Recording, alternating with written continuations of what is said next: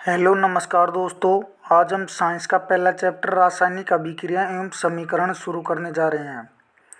क्या होता है रासायनिक समीकरण? किसी रासायनिक अभिक्रिया को अभिकारकों एवं उत्पादों के प्रतीक या रासायनिक सूत्रों का प्रयोग करके प्रदर्शित करना रासायनिक समीकरण कहलाता है।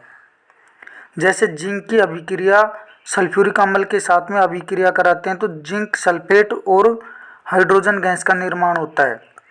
अब देखते हैं अभिकारक। ऐसे पदार्थ जो रासायनिक अभिक्रिया में भाग लेते हैं अभिकारक कहलाते हैं।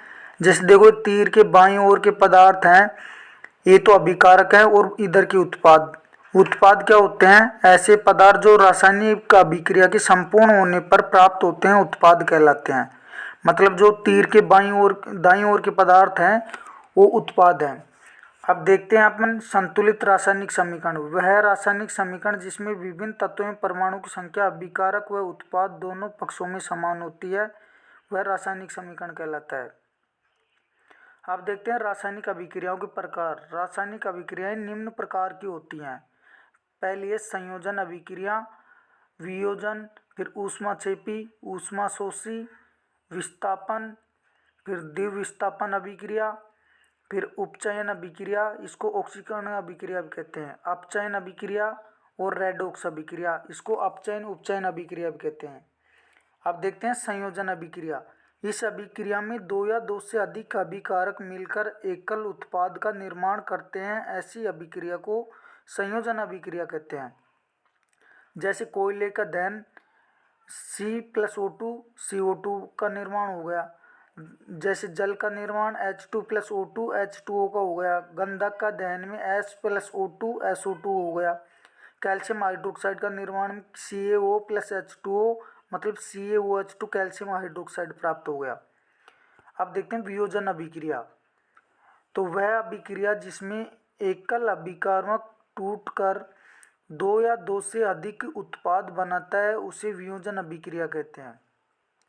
जैसे उदाहरण देखते हैं फेरस सल्फेट की वियोजन अभिक्रिया FeSO4, और जैसे इसका से निर्माण हुआ Fe2O3 + SO2 एंड SO3। फिर कैल्शियम कार्बोनेट का वियोजन तो CaCO3 मतलब एक कैल्शियम ऑक्साइड और कार्बन डाइऑक्साइड में टूटता है। फिर सिल्वर ब्रोमाइड की एक प्रकार की वियोजन अभिक्रिया है ये भी। जैसे AgBr Ag+Br2 में वियोजित हो जाता है। इस अभिक्रिया का उपयोग श्याम श्वेत फोटोग्राफी में किया जाता है, ये बहुत इम्पोर्टेंट है। अब देखते हैं संगमरमर। संगमरमर का रासायनिक सूत्र होता है वो CaCO3 होता है, ये बहुत इम्पोर्टेंट सूत्र है, याद कर लेना। अब देखते हैं ऊष्माक्षेपी अभिक्रिया क्या होती है। वह अभिक्रिया जिसमें ऊर्जा के रूप में उत्सर्जित होती है उसे ऊष्माक्षेपी अभिक्रिया कहते हैं। जैसे प्राकृतिक गैस का दहन CH4+O2 CO2+H2O और ऊर्जा का निर्माण होता है। अब देखते हैं श्वसन एक ऊष्माक्षेपी अभिक्रिया है। मनुष्य को जीवित रहने के लिए हमें ऊर्जा की आवश्यकता होती है। यह ऊर्जा हमें भोजन से प्राप्त होती है।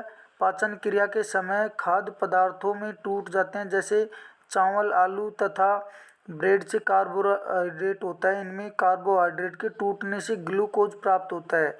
यह ग्लूकोज हमारे शरीर की कोशिकाओं में उपस्थित ऑक्सीजन को में मिलकर हमें ऊर्जा प्रदान करता है। इस अभिक्रिया का नाम श्वसन है। ठीक है। जैसे C6H12O6 + 6O2 CO2 + H2O और साथ में ऊर्जा का निर्माण हुआ। जैसे साग सब्जियों का विघटित होकर कंपोस्ट बनना भी ऊष्माक्षेपी अभिक्रिया का उदाहरण है। अब देखते हैं ऊष्माशोषी अभिक्रिया। जिन अभिक्रिया में ऊर्जा का अवशोषण होता है उन्हें ऊष्माक्षेपी अभिक्रिया कहते हैं। जैसे H2+I2+ ऊर्जा, जैसे 2Hi हो गया, N2+O2 और ऊर्जा +2NO हो गया। अब देखते हैं विस्थापन अभिक्रिया। ऐसी अभिक्रिया जिसमें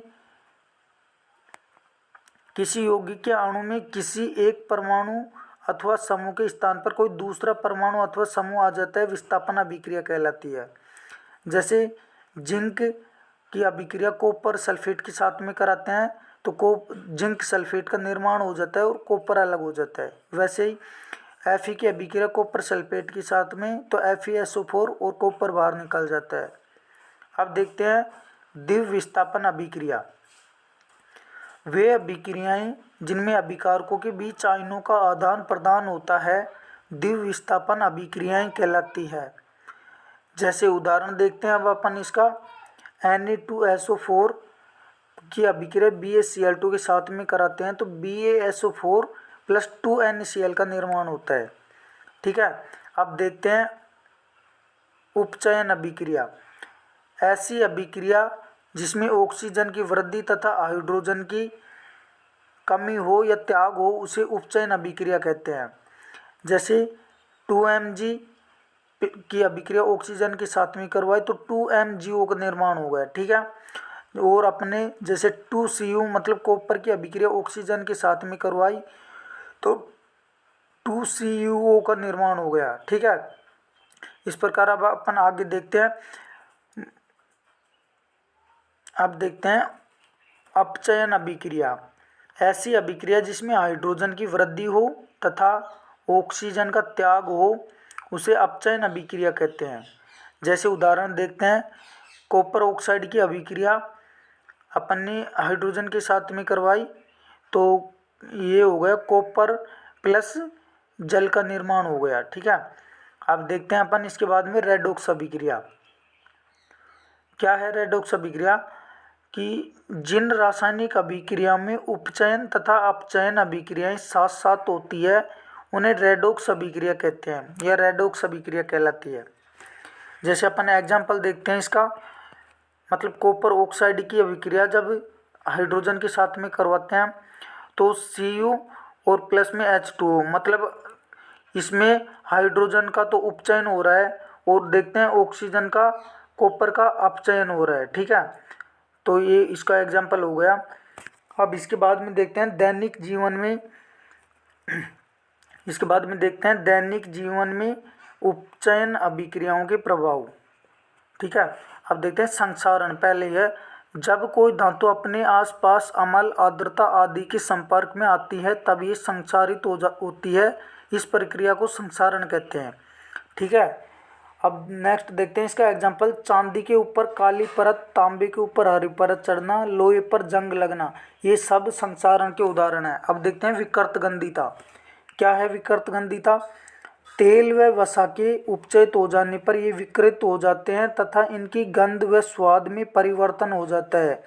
इनमें प्रतिऑक्सीकारक मिलाकर अथवा भोज्य पदार्थों को निर्वापित पात्रों में रखकर अथवा इसमें नाइट्रोजन प्रवाहित करके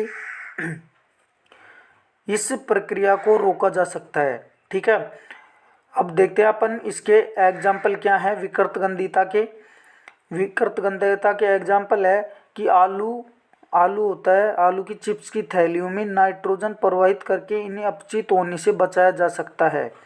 ठीक है, जब मतलब चिप्स की जो थैली होती है उनमें नाइट्रोजन गैस भर के इनको बचाया जाता है जो लंबे समय तक यूज ले सकते हैं अपन इसे। ठीक है, अब अपना ये पहला चैप्टर कंप्लीट हो गया। अब नेक्स्ट देखेंगे दूसरा चैप्टर, नेक्स्ट वीडियो में डिस्कशन करेंगे। Thank you so much.